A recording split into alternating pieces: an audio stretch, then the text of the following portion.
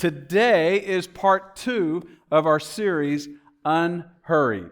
And in this series, I have been confessing from day one, I am teaching this out of a place of struggle, not out of a place of success. And several of you have come in today saying, man, I was trying to be unhurried this week, and it is hard. And I thought, good, I am amongst friends because I don't find this easy either. In fact, this week, I was going to lunch with some of the staff, and I've got one hand, I'm pulling into the parking lot of the restaurant, and I've got one hand on the steering wheel, and I've got the other that I'm taking my seatbelt off as I'm pulling up. And Ryan goes, what's your hurry? And I don't know, does anybody else do that? You're almost there, you're kind of pulling in, you're just kind of, I don't know why I want that extra second. I think that's really going to matter in life, but for some reason I always feel it. In fact, I was talking to Rick. I'm looking for where he is. I know he's here in the room somewhere. I was talking to Rick yesterday, and Rick said, one of the things he struggles with, he said, is I eat fast, I drive fast, I do everything. He said even his personal trainer at the gym says, slow down. Just slow down. He does everything fast. And I realized, oh, it's not just me. And he said what he's learning is he's beginning to ask his question. He's beginning to ask himself, why am I in such a big hurry?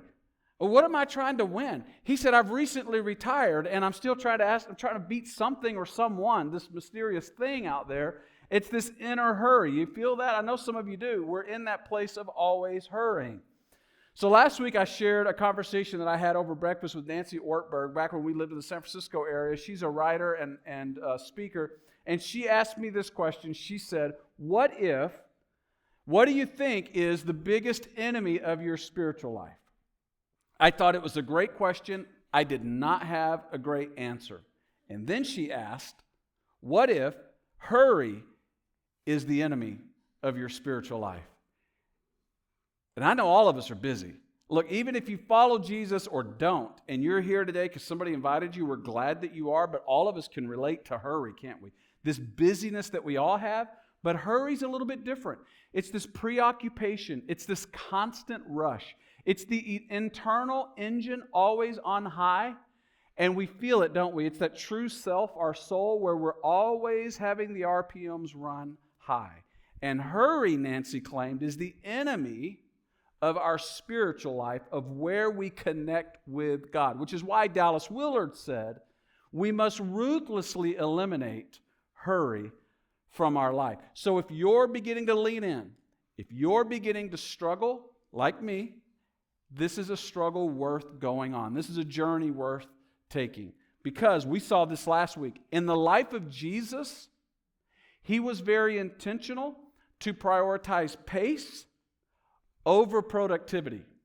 It's why he repeatedly said things like, my hour has not yet come. My time has not yet come. Yes, my friend Lazarus has died, but I'm going to wait 2 more days before I go. Because he valued pace over productivity. Here's the one who impacted the world more than anyone else, and yet he intentionally was unhurried. He was busy, but he was unhurried. A lot to do, but unhurried. And part of following Jesus is adopting his pace. I love this quote from Eugene Peterson. He says, the way Jesus lived and the way I follow him must be symbiotic. They must be aligned. Because let's be honest, we talked about this last week. Many of us want the peace of Jesus, but we resist the pace of Jesus. And there must be an alignment. Jesus was busy. He had a lot to do. He changed the world. But he was unhurried. So the question is, what's the difference? And I love this chart that was put together by John Ortberg that I find to be helpful. The difference between busy and hurried. Busy, because a lot of you have a lot of responsibility, and that's not going to change. Busy is having a full schedule. You may not be able to control that. Hurried is being preoccupied. Busy is having many activities. Hurried is unable to be fully present because of those activities. Outward condition is busy. Inner condition of our world, of our true self, our soul. Physically demanding versus spiritually depleting. And reminding me that I need God versus I'm unavailable to God because I am so preoccupied. I might just have not a lot to do, but too much to do. The difference between being busy and Jesus was busy. He changed the world. He was busy redeeming all of history and mankind, right? There's a lot going on in his life, and yet he was intentionally unhurried. So we're all busy. Sadly, I think we're increasingly hurried. And that's where we experience a disconnect from God. So the problem is not a lack of tasks. We all have that. The problem is a lack of peace. So I think one of the great dilemmas of our generation is simply, despite having full schedules, why do our lives feel empty? Fuller schedules maybe than any other generation, but empty lives. See, John 10:10, Jesus said, I have come that you may have life and you may have it to the, say it with me, full. Yeah, he didn't mean full calendars, right? And isn't that the way it feels? Oh, well then if I fill my calendar, I'm going to have a full life. And a lot of us have very full calendars, but we feel sometimes empty. Full calendar doesn't equal a full life. So I want to ask you, do you struggle with hurry? Do you struggle with hurry personally? I'm going to give you some questions so that you can self-evaluate. All right, here we go. I know you lost an hour's sleep, but I hope you're ready to take a test. All right? Yeah, 4 of you are. Here we go. Question number 1. When was the last time you sat alone without your phone? Yeah. So, one staff member confided, I don't even go to the bathroom without my phone. I know that being without your phone feels almost foreign. Being in the same room with your phone can create some anxiety. Like to not be in the same room with your phone is... Somebody was telling me that they drove in this morning and they chose to drive in with silence. And they said it was the most odd experience to not have any music on and to hear the engine of their car. I think that's true. The noise in our life has gotten higher and higher. So here's another question. What do you do in the first 5 minutes after you wake up? Not snooze, but after you wake up. Right? You're really, really awake. You're really ready to hit it. What is the first thing you do? Is it turn on a podcast, turn on music, turn on the television? Like, what is it that you immediately do in the first 5 minutes after you wake up? Now, here's a question. You're about to feel something. How do you feel when the light turns red? Yeah. Now, it's just us. When the light turns yellow, how many of you take that as a cue to accelerate? Yeah. Yeah, it's just us. It's just us. What is it about stopping at a red light? If you're like me, it feels like I'm somehow getting behind where I would have been and where I should be. And every second that goes by, I'm like, I'm now another second behind. I don't know where I'm trying to get, like what deadline I really have. It doesn't matter. It's a feeling of getting behind. Or how about this? How about standing in a long line? How do you feel when you stand in a long line? I don't know if it's Murphy's Law, but if you're ever with me in a grocery store and I get in a long line, you're in trouble. If I get in a short line, you're in trouble. It is not going to move once I get in it. You feel that way? It just feels like you feel something. And did you notice when you're in that long line, nobody's standing there alone. Everybody's got their phone out. We're just kind of doom scrolling, like we're just kind of there. Where there's no quiet moments, there's no still moments, and we feel something when we're forced to be still. When we're forced to wait, we feel something because we have an inner engine that is in a hurry. Maybe you feel this. Do you ever feel behind before your day even starts? Maybe because tomorrow we started a new week. Do you feel behind before your week has even started? You know what you have on your calendar this week, the appointments that are ahead of you, the task that you're going to try and accomplish, and you already feel behind. The week hasn't even started yet. You just feel the weight of that. And at the end of the day, do you rest or do you collapse? And you know the difference at the end of the day. Here's the myth. The myth is, if I slow down, everything will fall apart. The truth is, if you don't slow down, you will fall apart. And that is a guarantee. Because we are equipped to be busy. We are not equipped or designed to live hurried. That is a different pace at which we disconnect from God and we miss out on the way in which we were intended to experience this life, which explains An author now dubs the time frame in history in which we live as the Great Exhaustion. So whether you follow Jesus or don't, we all can relate to this. This is why we order out and call Uber each night, because we don't have the energy left to make anything for dinner. This is why we're struggling with our social lives. We're reducing it because the people we're trying to get with also have crazy busy calendars, and we can just never coordinate in order to really get together and do stuff. It's why we're increasingly trying to work from home, because we're trying to avoid the 45-minute commute. We have the hurry that we all experience in our life, and we're just trying to find time wherever we can. And I think the most spiritual thing for some of us today is if we could just pause and take a nap. We need rest. We aren't designed to live the lives the way we're living them. And hurry is the enemy of our spiritual life. So what about you? Do you struggle? Let me ask you real personally. If you continue at your current pace, where will you be in 5 years? Who will you be in 5 years? And will you like the relationships you have with the people you care about the most in 5 years? And then to get real personal, are you becoming someone you actually like at the pace you're currently at? Hurry has a funny way of causing us to avoid some very important things. Because hurry has a way of having a crowded schedule, allows us to cover up a starving soul. The truest part of us. What comedian Bill Burr says, I can't slow down because the smoke will catch up. In other words, the smoke of regret or pain from the past, or maybe within me, the big questions that will arise. Am I even satisfied with the direction I'm going in life and my relationships in life? I don't even want to deal with that stuff, so I keep a full schedule, and the crowded schedule starves or covers up a starving soul. So how do we live busy lives, because I don't think that's going to change for most of us, without having empty lives? How do we have the full schedule and still have a full life? And I want us to look at Jesus and how he lived. Over the next 2 weeks, we're going to look at 2 specific things that'll help us, whether we're busy or not, we can live unhurried lives. And so we're going to look at Luke chapter 4 here in just a second. I love this passage. In Luke 2, we see the birth and the incarnation of Jesus. We often read that at Christmas.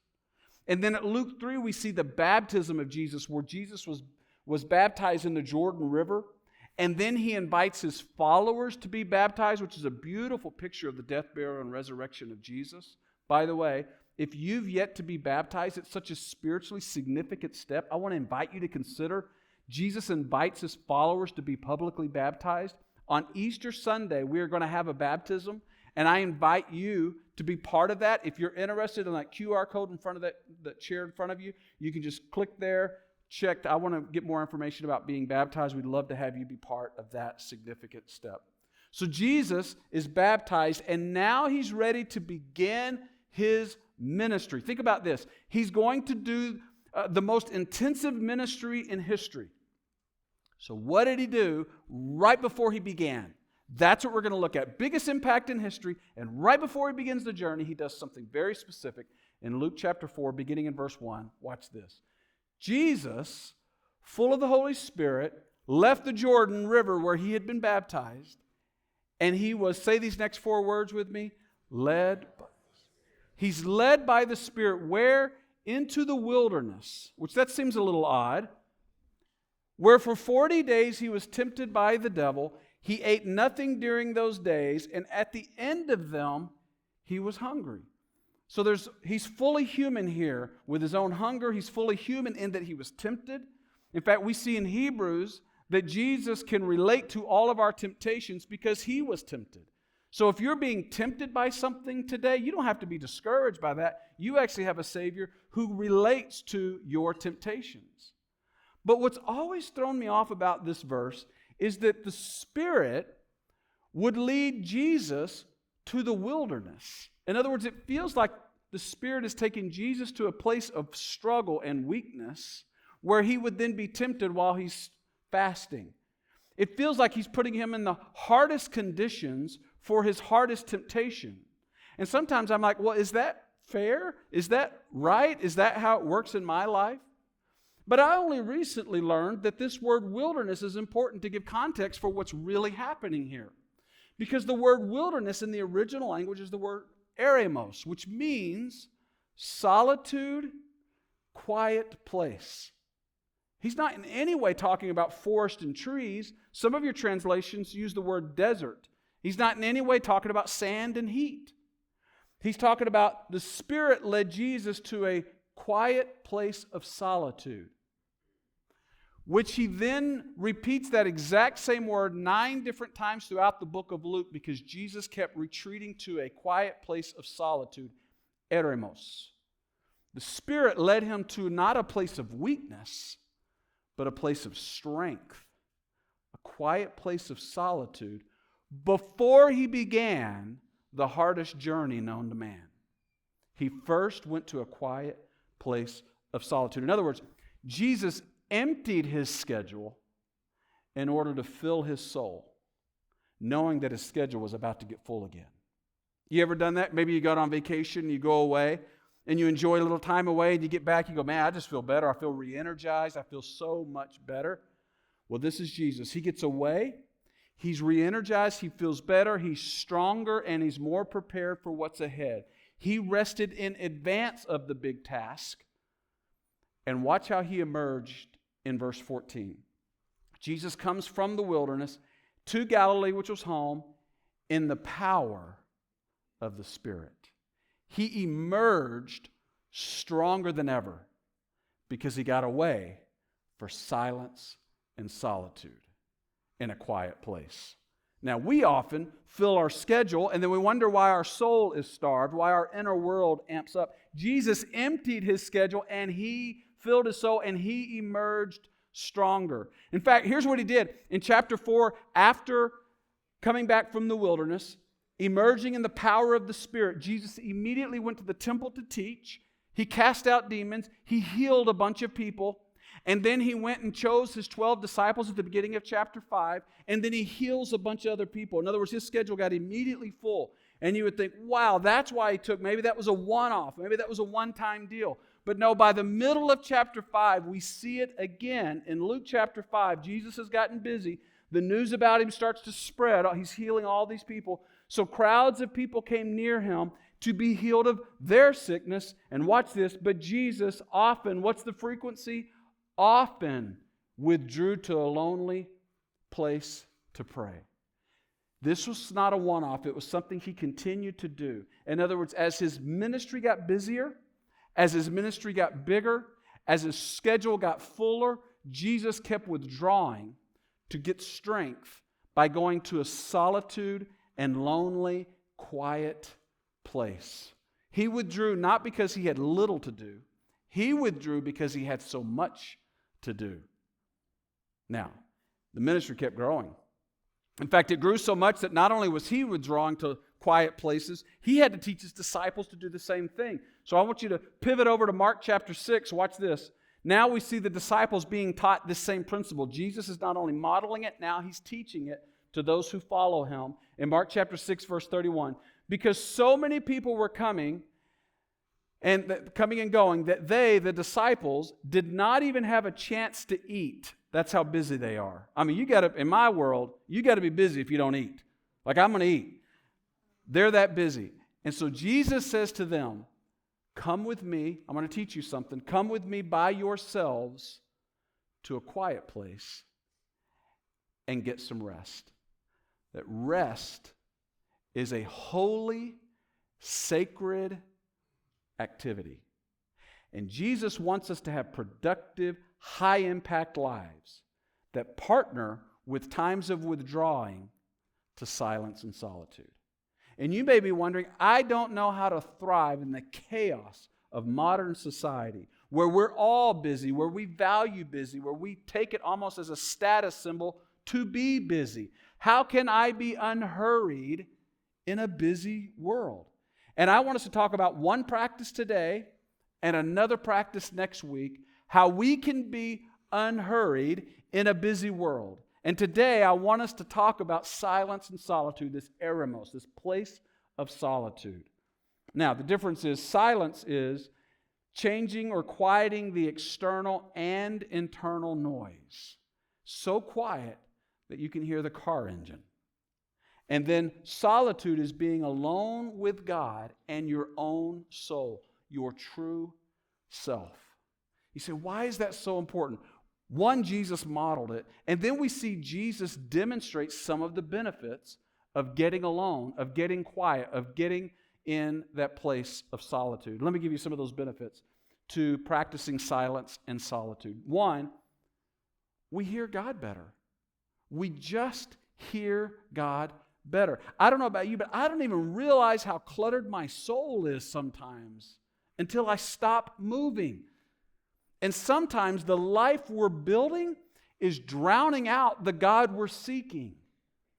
And we're chasing a life that's costing us the peace we long for. And I don't know about you, but I've noticed that God tends to whisper. And loud lives drown out the whisper of God. So I have to get to a place of silence and solitude. Second benefit to silence and solitude is we remember who we are. Listen, the louder my life gets, the more I believe the lies about me. I start thinking things like I am only what I produce. I am only who other people say that I am. Maybe I'm not worthy. But when I lower the noise and I get silent and I get in a place of solitude, truths have a way of growing louder in my life. And all of a sudden I remember, oh, I am made in the image of God. Christ is my Redeemer who died for me. I am a beloved child of God. And I am safe in His hands with purpose that He has uniquely given me and He alone. I am who He says I am. Third benefit. We not only hear from God, remember who we are, but we're open to the Spirit. Have you noticed that silence has a way of exposing my desire for control? Have you noticed that in your own life? Like when it gets really silent, I feel uncomfortable. I don't like that. I want to control the volume. I want to control the length of time in the silence. I want to control how long I am in solitude.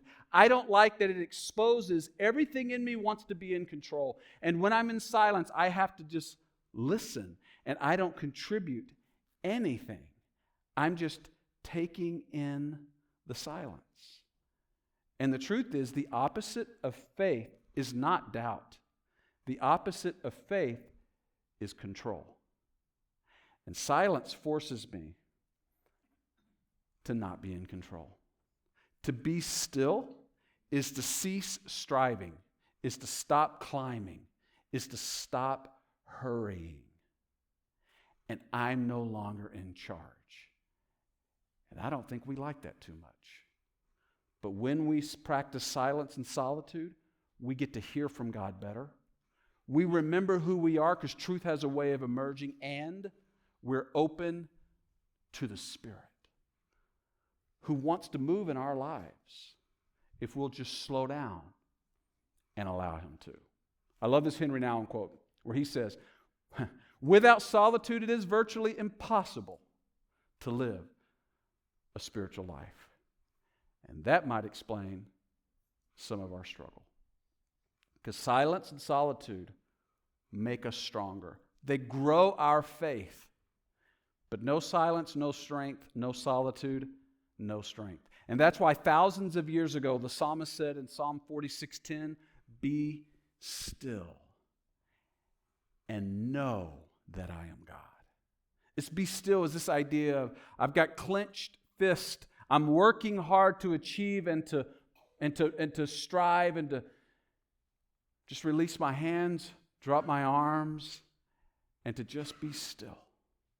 And in the stillness, I know that He is God because I begin to see and witness His activity in the world. I begin to see and witness His activity in my life, but I'm still enough to see it and to see the evidence.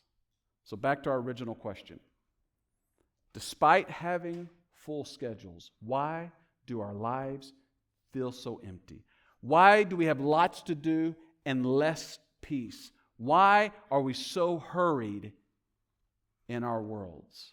Who are we trying to keep up with? Why are we so driven?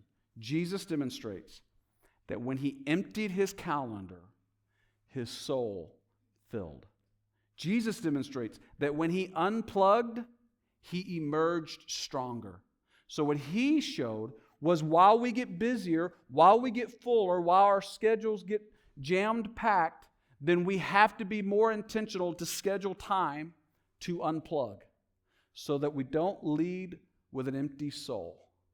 We lead fully empowered by the Spirit. So here's what I think the bottom line for us today. If you're never still before God, you'll never be strong in God.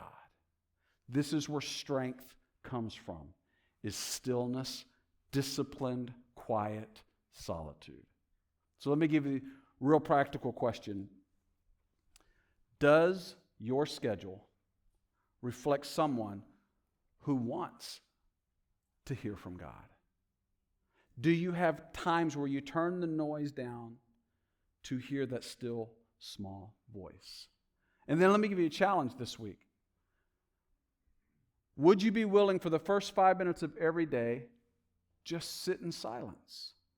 And maybe for some of us, our schedules are so full that's not realistic. So we would have to set our alarms 5 minutes earlier in order to allow 5 minutes of still, quiet time where you don't produce anything. There's no phone, there's no music, there's no agenda.